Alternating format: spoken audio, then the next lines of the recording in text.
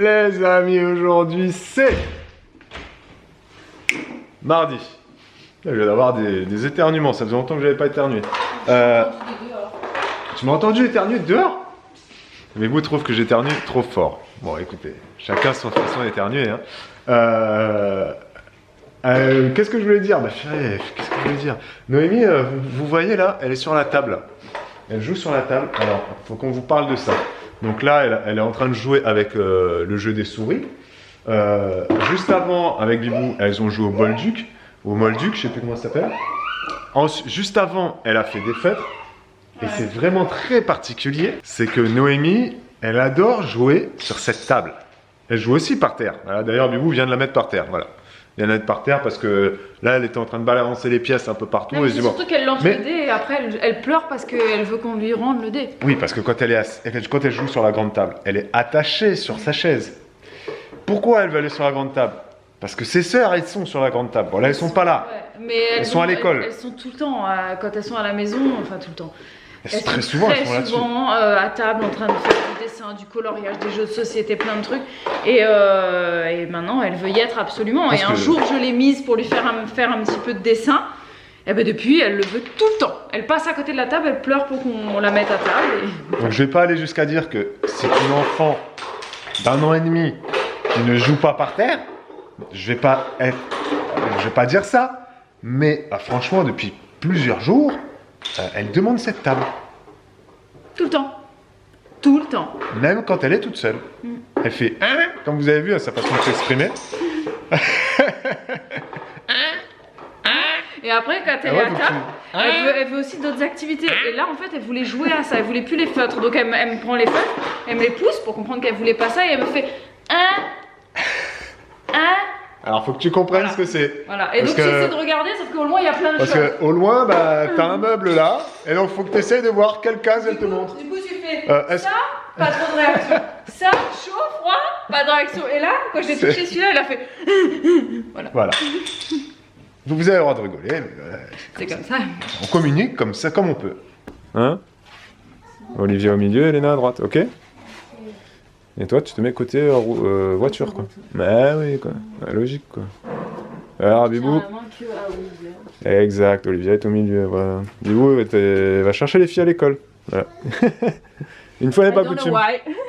Ah, si, elle m'a dit, bah, c'est bon, le repas est prêt. Ouais, non, il n'y a rien à faire, le repas est prêt. Il faut juste que tu mettes la table et que tu sortes le... Ah, mon manteau est là. Alright. Je vais tout faire, je vais faire ce qu'il faut, t'inquiète. N'oublie pas de la brodade aussi. T'inquiète. Oublie pas ton masque. J'en ai 2, tiens. À tout à l'heure. Merci.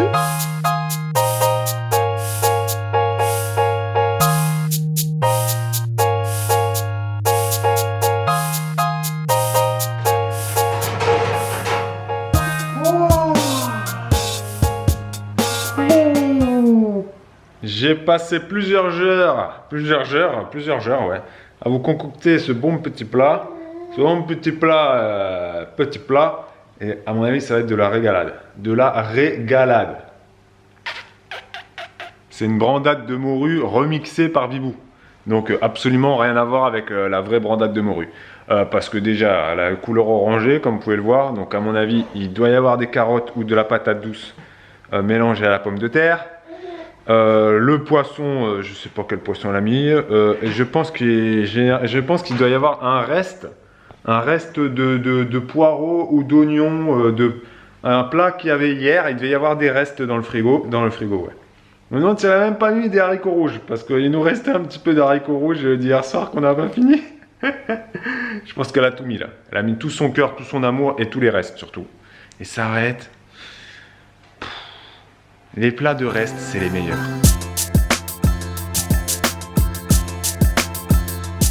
On sert les filles parce que ça permet de refroidir. Ouais, parce que là, c'est chaud bouillant.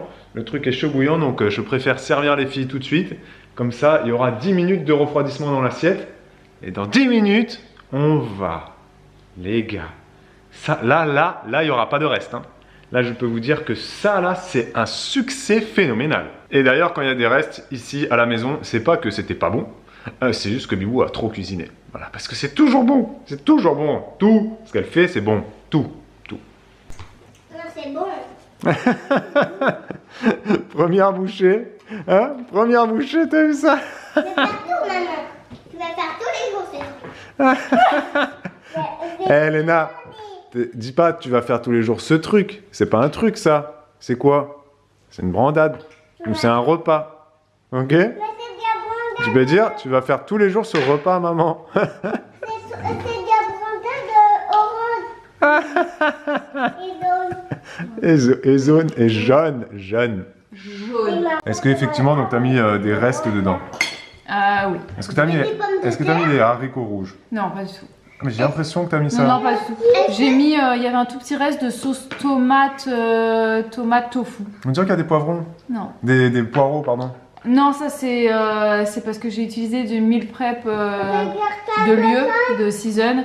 Et dedans, en fait, c'est du lieu avec un petit peu de ciboule dedans. D'accord. Est-ce que t'as Voilà. mis des pommes de terre? Et il y a patate douce, Oui. non? Non. Carotte? Non. Et pourquoi c'est orange? Parce qu'il y avait de la sauce tomate. Ah, c'est la sauce tomate. D'accord, ok. Ce que j'ai dit donc juste avant. Pardon. C'est bien ça. Les amis, il est 17h30, je pense. Je dis ça, j'en sais rien en fait. Je sais même pas quelle heure il est. Si, c'est ça, il est 17h30. Il est 17h30 et je suis seule avec... seule. Je suis avec Elena et Noémie qui sont en train de faire du dessin parce que la passion dessin de Noémie se poursuit. Et comme Elena adore colorier avec des feutres aussi, et ben elles sont toutes les deux à table. Mais je pense qu'on va bientôt... je ne sais pas, peut-être faire autre chose, mais elles ont l'air d'être bien intéressées. Et moi, il faut que je range la cuisine. Babou est allé faire des courses avec Olivia. Et je voulais vous donner un petit peu des nouvelles de mon tibia que j'ai explosé hier contre le lave-vaisselle puis le lit. Donc sachez-le, j'ai mis de l'arnica hier soir parce que... Hormis le bobo que je me suis fait interne, hein, parce que ça a saigné mais à l'intérieur, j'ai une belle bosse. Voilà. Donc du coup j'ai mis de l'arnica hier soir, ça m'a bien soulagée, mais aujourd'hui j'ai encore mal et j'ai mal même sans toucher en fait. Donc c'est pas très cool. Enfin. Et sinon j'avais quelques appels téléphoniques à faire cet après-midi pour le boulot. Et sachez-le, voilà, je ne vais pas rentrer plus dans les détails maintenant puisque je ferai un live sur le sujet de ma future activité d'assistante maternelle. Mais sachez que mes démarches sont en cours. Voilà. Mes démarches sont en cours et je pense commencer tranquillement l'année prochaine. Voilà. Donc ça avance doucement. Je vais vous parler... Alors attends, Elena, je me pose dans la musique juste un petit instant. Je vais vous parler vite fait d'un truc qui n'est pas véritablement en rapport avec le jardin, donc ne fuyez pas. Il y a une plante que j'ai absolument envie de planter, une plante que je veux planter, un arbre que je veux avoir ici absolument, un truc exotique que je veux absolument ici et qui resterait en pot dans la maison en hiver puisque c'est une plante qui ne peut pas supporter les gelées. Il s'agit de la tomate arbre.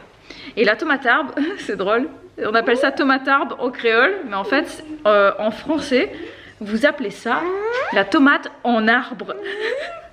Et ça me fait trop rire parce que je n'étais pas du tout au courant qu'en tant que créole, pour moi, la tomate arbre, c'était le nom de la tomate, c'est la tomate arbre. Alors en fait, c'est une réduction arbre de arbre. Et effectivement, c'est une tomate qui pousse sur un arbre. Et on appelle ça la tomate en arbre. Et à La Réunion, c'est un tomate arbre. Et avec ça, nous, on fait d'excellents rougails. Moi, je me rappelle que chez ma grand-mère, elle avait un pied.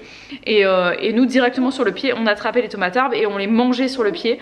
Il faut savoir que c'est un fruit qui a une peau qui est très épaisse. Donc la peau ne se mange pas en fait. Donc ce qu'on faisait nous, c'est qu'on cassait la tomate arbre avec la bouche, on enlevait un bout, la pointe généralement, et ensuite on aspirait et on mangeait toute la pulpe comme ça, et ensuite il restait la peau qu'on jetait dans le jardin. Et je suis absolument fan de ce fruit. J'adore ça, je trouve que c'est un des meilleurs fruits au monde, et le rougail tomate arbre, c'est un de mes rougails préférés.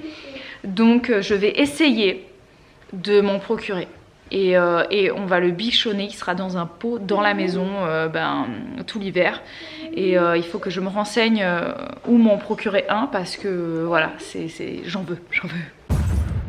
Ok les amis, c'est mercredi, on est mercredi, il fait très beau, ça donne du baume au cœur. Et il fait bon, il faut le noter, il fait bon. Elena est partie avec Babou et ils avaient des trucs à poster et des petites courses à faire et ils sont partis sans manteau. Donc voilà, juste avec le pull ça suffit. Là aujourd'hui on a vraiment une très très belle journée, j'espère que ça va durer. De ce que j'ai vu la semaine prochaine, on va avoir des températures qui vont monter à 18-19 degrés. Ça va être sympa, à l'ombre hein, ça bien évidemment. Donc ça c'est très cool, c'est une bonne nouvelle. Même si j'imagine que ça redescendra plus tard, on sent quand même que le printemps est là, on peut le dire. Bientôt le mois d'avril, bientôt Pâques, voilà, c'est très réjouissant tout ça. Voilà, je suis avec Noémie et Olivia et ce matin on n'a rien de prévu de spécial. Moi j'espère juste que le facteur, on attend un colis season là, et j'espère qu'ils vont pas arriver encore une fois au moment où je suis en train de changer une couche, ce serait un peu ballot. Mais enfin, je vais aller ranger ma cuisine et ensuite, je sais pas, on va se faire une petite activité. Je ne sais pas encore ce qu'on fait à faire avec les filles. Je voulais quand même vite fait vous montrer. Voilà, j'ai une armada de semis qui sont dehors. Et en fait, tous les jours, je les sors. C'est une manœuvre qui est un peu relou. Et en fait, il va y en avoir de plus en plus, hein, parce qu'en avril, on commencera tout ce qui est courge. Du coup, rentrer, sortir, c'est un peu relou. Enfin... c'est la vie. D'ailleurs, pour le coup, c'est une question qui s'adresse uniquement aux jardiniers, mais je la pose quand même ici, puisque je sais qu'il y en a certainement qui nous regardent. Je voulais vous demander, vous, comment vous fonctionnez. Noémie, arrête de t'énerver. Comment vous fonctionnez pour stocker vos... Ouh là là là là, mon Dieu. Noémie, tu fais n'importe quoi. Obligée de s'isoler, c'est le seul moyen de communiquer. Oui, comment vous faites, vous, pour... si vous faites vos semis...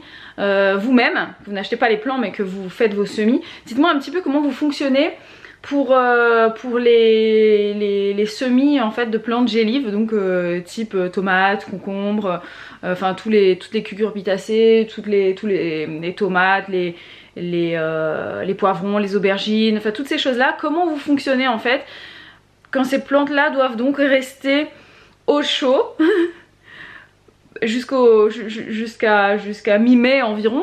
Voilà, comment vous faites au niveau stockage de ces plantes chez vous? Voilà, expliquez-moi. Est-ce que vous avez des systèmes d'éclairage artificiel ou est-ce que vous avez des étagères? Est-ce que c'est par terre? Voilà, dites-moi un petit peu comment vous organisez. Parce que nous ici on a des enfants donc c'est un peu complexe hein. Pour l'instant j'ai des vitrines, je sais pas si je vais pouvoir tout faire rentrer dedans dans la véranda, donc je ne sais pas. Et là ça je dis ça pour les nuits surtout, parce que pour l'instant quand il fait jour et qu'il fait soleil je les mets systématiquement dehors, mais je sais pas. Bref, dites-moi comment vous faites. Et pour la petite anecdote de ce qui vient de se passer, alors en fait c'est que Noémie est obsédée par les bottes hein, vous l'avez compris, on vous l'a dit depuis plusieurs vlogs hein, c'est vraiment sa passion. C'est pas les chaussures, c'est les bottes, toutes les bottes, elle enfile toutes les bottes qu'elle voit. Donc déjà c'est sûr il va falloir qu'on les cache hein, parce que là c'est plus possible. Elle nous étale les bottes dans la maison partout alors que c'est des bottes qui vont dehors, donc elle nous... Bref, ça salit. Voilà. Et là en fait je vais essayer de vous retrouver ce qu'elle a pris pour une botte. Voilà, elle a pris un truc, je vous montre. Elle a pris ça, c'est un gobelet. Elle avait le pied qui était coincé dedans parce qu'elle a cru que c'était une botte. Donc voilà, je l'ai débarrassée de ça parce qu'elle était embêtée en fait. Bêtise, on est vraiment pas mal ici hein. On est vraiment pas mal. C'est la nouvelle activité de Noémie. Voilà. T'es contente hein? Ah ouais. Tout à l'heure elle fait ça, voilà. Donc là elle va remonter. Hop. Voilà, je vous montre toute la boucle, hein, que vous ayez quand même le début de la scène quoi. Hop, non par contre tu peux pas le faire dans l'autre sens hein, parce que ça risque d'être un peu dangereux hein.